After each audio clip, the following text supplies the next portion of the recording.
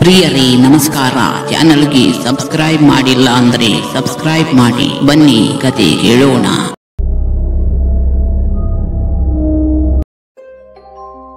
ನನ್ನ ಹೆಸರು ಸುರೇಶ್. ಇಂದು ನಾನು ನನ್ನ ಸ್ನೇಹಿತನೊಂದಿಗೆ ನಡೆದ ಸತ್ಯ ಘಟನೆಯ ಬಗ್ಗೆ ಹೇಳಲು ಹೊರಟಿದ್ದೇನೆ. ನನ್ನ ಸ್ನೇಹಿತನ ಹೆಸರು ದೀಪಕ್ ಮತ್ತು ನಾವು ಬಾಲ್ಯದಿಂದಲೂ ತುಂಬಾ ಒಳ್ಳೆಯ ಸ್ನೇಹಿತರು ಮತ್ತು ನಾವು ಎಲ್ಲವನ್ನೂ ಪರಸ್ಪರ ಹಂಚಿಕೊಳ್ಳುತ್ತೇವೆ.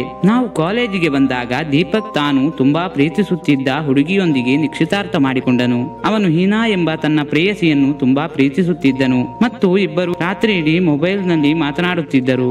ಆದರೆ ಒಂದು ದಿನ ಅವನು ರಾತ್ರಿ ತನ್ನ ಭಾವಿ ಪತ್ನಿಯೊಂದಿಗೆ ಮಾತನಾಡುತ್ತಾ ದೀಪಕ್ ತನ್ನ ಪ್ರೇಯಸಿಯನ್ನು ಭೇಟಿಯಾಗಲು ಕೇಳಿದನು. ಅದನ್ನು ಕೇಳಿದ ಅವನ ಭಾವಿ ಪತ್ನಿ ಬದಲಾದ ಧ್ವನಿಯಲ್ಲಿ ಹೇಳಿದಳು, ಹೆಚ್ಚು ಒತ್ತಾಯಿಸಬೇಡ, ಹೆಚ್ಚು ಒತ್ತಾಯಿಸಿದರೆ ನಾನು ನಿನ್ನನ್ನು ಅಲ್ಲಿಯೇ ಸಮಾಧಿ ಮಾಡುತ್ತೇನೆ. ಇದನ್ನು ಕೇಳಿದ ದೀಪಕ್ ಬೆಚ್ಚಿ ಬಿದ್ದನು ಮತ್ತು ಅವಳು ತಮಾಷೆ ಮಾಡುತ್ತಿದ್ದಾಳೆ ಎಂದು ಭಾವಿಸಿದನು. ಆಗ ದೀಪಕ್ ಕೂಡ ಅವಳಿಗೆ ತಮಾಷೆಯಾಗಿ ಏನ್ ಮಾಡ್ತೀಯಾ, ನಾನು ನೋಡ್ತೀನಿ, ನೋಡೋಣ ಎಂದ. ಅದರಿಂದ ಅವಳು ಮತ್ತೆ ಹೇಳಿದಳು, ಇಂದು ರಾತ್ರಿ ನಿಮಗೆ ಏನಾಗುತ್ತದೆ ಎಂದು ನೋಡೋಣ. ಹೀಗೆ ಹೇಳುತ್ತಾ ಮೊಬೈಲ್ ಕಟ್ ಮಾಡಿದಳು. ಮರುದಿನ ಬೆಳಿಗ್ಗೆ ದೀಪಕ್ ನನ್ನನ್ನು ಭೇಟಿಯಾದಾಗ ನಿನ್ನೆ ರಾತ್ರಿ ಏನಾಯಿತು ಎಂದು ಹೇಳಲು ಪ್ರಾರಂಭಿಸಿದನು. ಅವಳು ನಿನ್ನೆ ರಾತ್ರಿ ಫೋನ್ ಮಾಡಿದ ಬಗ್ಗೆ ಮತ್ತು ಆ ರಾತ್ರಿ ತನಗೆ ಏನಾಯಿತು ಎಂದು ಹೇಳಿದನು. ರಾತ್ರಿ 1-2 ಗಂಟೆಯ ಸುಮಾರಿಗೆ ಅವನು ಇದ್ದಕ್ಕಿದ್ದಂತೆ ಎಚ್ಚರಗೊಂಡನು ಮತ್ತು ಉದ್ದನೆಯ ಗಡ್ಡವನ್ನು ಹೊಂದಿರುವ ಕಪ್ಪು ವ್ಯಕ್ತಿ ತನ್ನ ಮುಂದೆ ಕುಳಿತಿದ್ದ. ನಾನು ಬಂದಿದ್ದೇನೆ, ಈಗ ನೀನು ಏನು ಮಾಡ್ತೀಯಾ ಎಂದನು ಆ ವ್ಯಕ್ತಿ. ಅವನು ನನ್ನ ಗಂಟಲನ್ನು ಹಿಡಿದನು ಮತ್ತು ನನ್ನ ಉಸಿರಾಟವು ನಿಂತು ಹೋಯಿತು. ದೀಪಕ್ ಆ ಕ್ಷಣದಲ್ಲಿ ಅವನ ಮುಂದೆ ದೇವರನ್ನು ಪ್ರಾರ್ಥಿಸಿದಾಗ ಆ ವ್ಯಕ್ತಿ ನನ್ನ ದೃಷ್ಟಿಯಿಂದ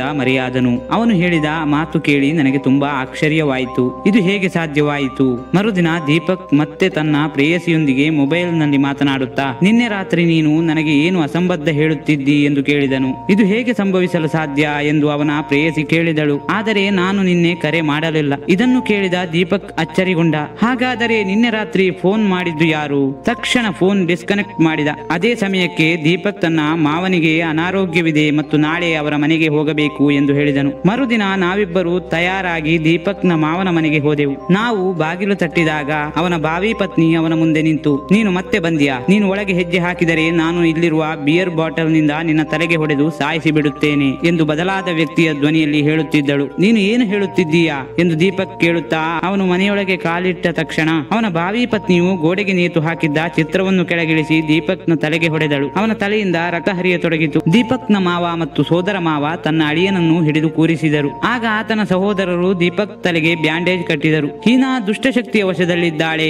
ಎಂದು ಹೀನಾ ಅವರ ಅಜ್ಜ ಹೇಳಿದರು. ಆ ವೇಳೆ ದೀಪಕ್ನ ಮಾವ ಅಂದರೆ ಹೀನಾಳ ತಂದೆ ಬಾಯಿ ಮುಚ್ಚುವಂತೆ ಹೇಳಿದರು. ಸ್ವಲ್ಪ ಹೊತ್ತು ಅಲ್ಲಿಯೇ ಇದ್ದು ನಂತರ ಸೀದಾ ಆಸ್ಪತ್ರೆಗೆ ಹೋಗಿ ತಲೆಗೆ ಸರಿಯಾಗಿ ಬ್ಯಾಂಡೇಜ್ ಹಾಕಿಸಿಕೊಂಡು ಮನೆಗೆ ಹಿಂತಿರುಗಿದೆವು. ಮರುದಿನವೇ ದೀಪಕ್ ನಿಂದ ನನಗೆ ಕರೆ ಬಂತು. ಹೀನಾ ತುಂಬಾ ಅನಾರೋಗ್ಯದಿಂದ ಬಳಲುತ್ತಿದ್ದಾಳೆ ಮತ್ತು ಅವಳನ್ನು ಆಸ್ಪತ್ರೆಗೆ ದಾಖಲಿಸಲಾಗಿದೆ. ನಾವಿಬ್ಬರು ಬೈಕ್ ನಲ್ಲಿ ಬೇಗ ಆಸ್ಪತ್ರೆ ತಲುಪಿದೆವು. ಅಲ್ಲಿಗೆ ತಲುಪಿದ ಕೂಡಲೇ ಹೀನಾಳ ಸ್ಥಿತಿ ಬಗ್ಗೆ ವೈದ್ಯರಲ್ಲಿ ವಿಚಾರಿಸಿದಾಗ ಅವಳ ಸ್ಥಿತಿ ತುಂಬಾ ಚಿಂತಾಜನಕವಾಗಿದೆ ಎಂದು ತಿಳಿಸಿದರು. ನಮಗೆ ಕಾಯಿಲೆ ಏನೆಂದು ಪತ್ತೆ ಹಚ್ಚಲು ಸಾಧ್ಯವಾಗಲಿಲ್ಲ. ವೈದ್ಯರು ಹೀನಾಳನ್ನು ಮನೆಗೆ ಕರೆದುಕೊಂಡು ಹೋಗುವಂತೆ ತಿಳಿಸಿದರು. ಎಲ್ಲರಿಗೂ ಆಶ್ಚರ್ಯವಾಯಿತು. ಇದು ಯಾವ ರೀತಿಯ ಕಾಯಿಲೆ? ಇದಕ್ಕೆ ವೈದ್ಯರ ಬಳಿಯೂ ಚಿಕಿತ್ಸೆ ಇಲ್ಲವೇ? ನಂತರ ಆಕೆಯ ಮನೆಯವರು ಹೀನಾಳನ್ನು ಮನೆಗೆ ಕರೆತಂದರು. ಹೀನಾ ದೀಪಕ್ಗೆ ಕರೆ ಮಾಡಿ, ಇನ್ನು ನಾನು ಹೆಚ್ಚು ದಿನ ಬದುಕಲ್ಲ, ನೀನು ಒಬ್ಬಳು ಒಳ್ಳೆಯ ಹುಡುಗಿಯನ್ನು ನೋಡಿ ಮದುವೆಯಾಗು ಎಂದಳು. ಇದನ್ನು ಕೇಳಿದ ದೀಪಕ್ ಕಣ್ಣಲ್ಲಿ ನೀರು ತುಂಬಿಕೊಂಡು, ನಿನ್ನನ್ನು ಸಾಯಲು ಬಿಡುವುದಿಲ್ಲ ಎಂದು ಹೇಳಿದ. ಆಗ ಹೀನಾಳ ಅಜ್ಜ ಅವಳನ್ನು ಬಾಬಾಳ ಬಳಿಗೆ ಕರೆದುಕೊಂಡು ಹೋಗುವಂತೆ ಹೇಳಿದರು. ನಾವು ಅವಳನ್ನು ಬಾಬಾರ ಬಳಿಗೆ ಕರೆದೊಯ್ದೆವು ಮತ್ತು ಬಾಬಾ ಅವಳ ದೇಹವನ್ನು ಒಂದು ದುಷ್ಟಶಕ್ತಿ ವಶಪಡಿಸಿಕೊಂಡಿದೆ ಎಂದು ಹೇಳಿದರು. ಇದರಿಂದಾಗಿ ಅವಳ ದೇಹಕ್ಕೆ ಹಾನಿಯಾಗುತ್ತಿದೆ. ಈಗ ತುಂಬಾ ತಡವಾಗಿದೆ, ಹಾಗಾಗಿ ನನ್ನಿಂದ ಗುಣಪಡಿಸಲು ಸಾಧ್ಯವಿಲ್ಲ. ಇದಕ್ಕೆ ಒಂದೇ ಒಂದು ಮದ್ದು. ಇಲ್ಲಿಂದ 100 ಕಿಲೋಮೀಟರ್ ದೂರದಲ್ಲಿ